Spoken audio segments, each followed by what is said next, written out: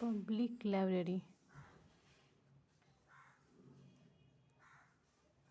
का टॉपिक है Delhi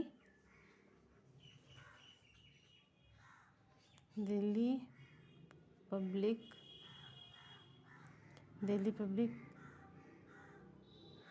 library.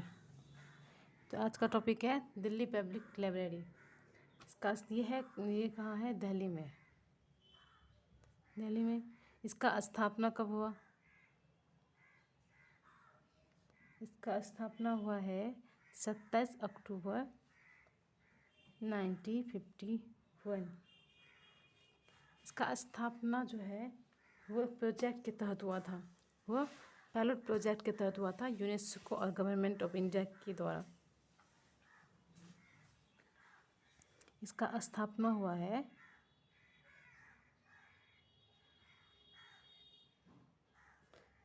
Pilot project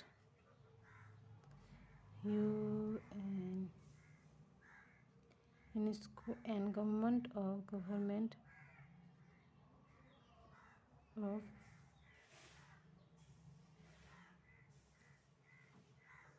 of India के द्वारा इसका स्थापना हुआ है। दिल्ली पब्लिक लाइब्रेरी का स्थापना 27 अक्टूबर 1951 को हुआ था दिल्ली में pilot project UNESCO and government of India के द्वारा। ये ज़्यादा फेमस हुआ था रंगनाथन की रंगनाथन यहाँ पे आके रंगनाथन को यहाँ पे डिलेट का उपाधि मिला था। रंगनाथन यहाँ पे लाइब्रेरियन के पोस्ट पे आए थे।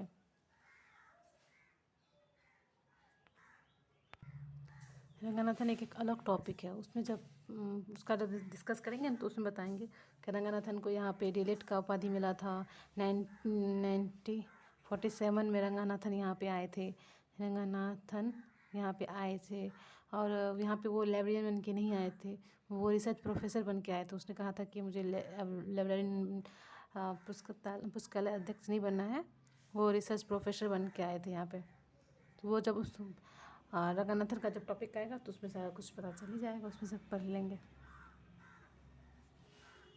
ये देश के किसी भी यहाँ पे जो है दिल्ली लाइब्रेरी में 4 जो कॉपी बनती है देश के किसी भी लाइब्रेरी से किसी भी प्रकाशन से प्रकाशित होगा तो उसका first book national library, second book Delhi public library आती है।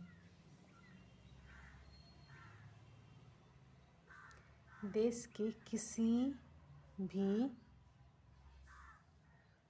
प्रकाशन द्वारा प्रकाशित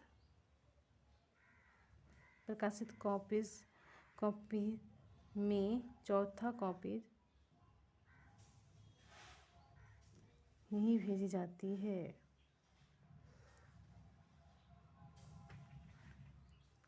चौथा कॉपी यहीं भेजा जाता है। ये जो है ना एक हैंड डिपोजिटरी लाइब्रेरी है। 4 लाइब्रेरी है जिसमें से एक दिल्ली पब्लिक लाइब्रेरी है, दूसरा है एक नेशनल लाइब्रेरी हो गया, दूसरा पब्लिक लाइब्रेरी हो गया दिल्ली पब्लिक लाइब्रेरी हो गया, तीसरा कोनिमारा पब्लिक लाइब्रेरी चेन्नई का हुआ है, एक है खुदा बख्श ओरिएंटल लाइब्रेरी पटना का। ये चारों में हर कॉपी बिना पैसा के मुफ्त में कॉपी भेजी जाएगी। चारों कॉपी जब प्रकाशित होगा तो उसमें से ये चारों एक कॉपी सब में भेजी जाएगी। इसका प्रकाशित एक पत्रिका होती है, जो पत्रिका जो प्रकाशित होती है वो है लाइब्रेरी लाइब्रेरी हेराल्ड। ये यहाँ से प्रकाशित होता है।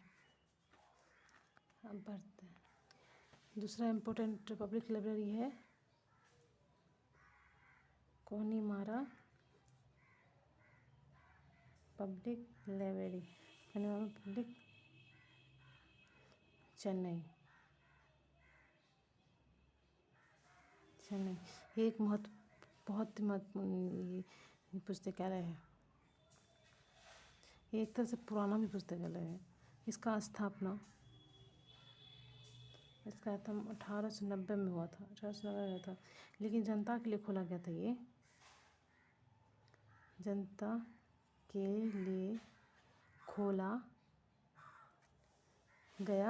लिए खोला गया 1896।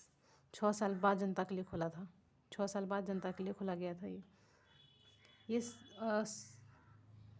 ये जो है ना मतलब सूचना का केंद्र एक तरह से ऐसे सूचना केंद्र है। यूएनओ और यूएनओ और यूनेस्को यूनेस्को का सूचना का केंद्र है ये।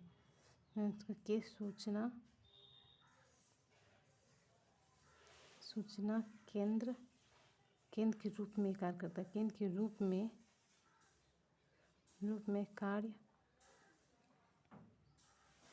कार्य करता है। संयुक्त राष्ट्र और एशिया बैंक के डिपॉजिटरी लाइब्रेरी के रूप में कार्य करता है ये जो है सूचना का केंद्र है ये। और ये संयुक्त राष्ट्र अमेरिका, संयुक्त राष्ट्र एंड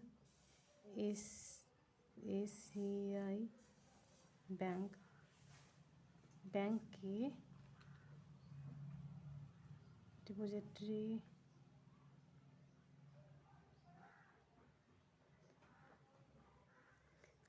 लाइब्रेरी के रूप में कार्य करता है। डिपॉजिटरी रूप में कार्य करता है। ये जो है लास्ट में इसका एक तो ये जो है ना ये राज्य केंद्र पुस्तकालय है चेन्नई वहाँ के। ये राष्ट्रीय केंद्र पुस्तकालय है। अधिनियम 1950 में ये मद्रास लाइब्रेरी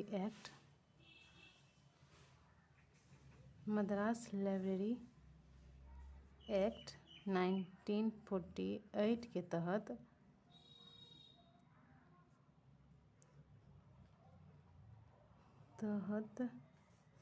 ये राज्य केंद्रीय पुस्तकालय बन गया। ये राज्य केंद्रीय पुस्तकालय बन गया। ये भी एक बोले थे ना 4 कॉपी जो है जिसमें से एक नेशनल लाइब्रेरी में, दूसरा दिल्ली लाइब्रेरी में, चौथा दिल्ली लाइब्रेरी में जाता है। तो दिल्ली लाइब्रेरी में कोनिमारा लाइब्रेरी में, और एक है खुदा बख्श, वो थोड़ा लंबा है। खुदा बख्श लाइब्रेरी बहुत पुराना भी है। उसका स्थापना खान बहादुर शाह क्या था, बहुत पुराना है। तो ये चारों में एक कॉपी जाती है। इसमें भी एक कॉपी आती है, एक कॉपी यहाँ भी आती है, एक कॉपी यहाँ भी आती है। ये भी एक